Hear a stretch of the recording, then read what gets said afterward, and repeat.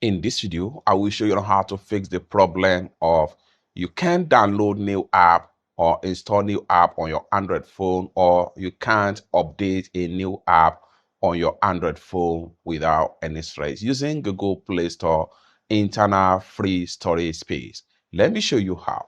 Very first thing you want to do is to go ahead and open up your Play Store. After you open up your Play Store, next thing you want to do is to simply click on your profile icon. And the next thing you want to do right here is to simply go ahead and click on Manage App and Devices. And the next thing you want to do right here is to simply go ahead and click on your storage right here. Getting to your storage right here, then you can simply click on here to see the number of storage you have in your Play Store. Storage I'm using in Play Store here is 46 gig, and then this is for the other. Now, before you can fix the problem of you can't install new app or you can't download new app in Play Store, you need to make sure you delete some of the unused app in these sections right here to free up more storage space. You can simply scroll down. The more you scroll down, the more you see number of the app that you can easily remove to free up more storage space in your Android phone. Like for instance, I can decide to remove this particular app right here. Once I click on the app, next thing I'm going to do is to go ahead and click on this trash icon.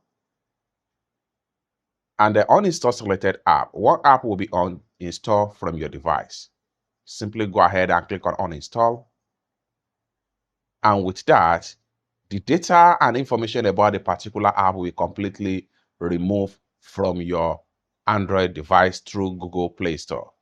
Then from here, you can easily go back to your update section, click on update, and then you can start to update whatever app you want to update. Like for instance, I want to update this. Then you see that the app started to update. So you can update as many as possible app you have in right here. And at the same time, you can as well continue to download and install more apps into your device in Google Play Store. It's that simple. Let me know what you think about this particular tutorial in the comment section down below.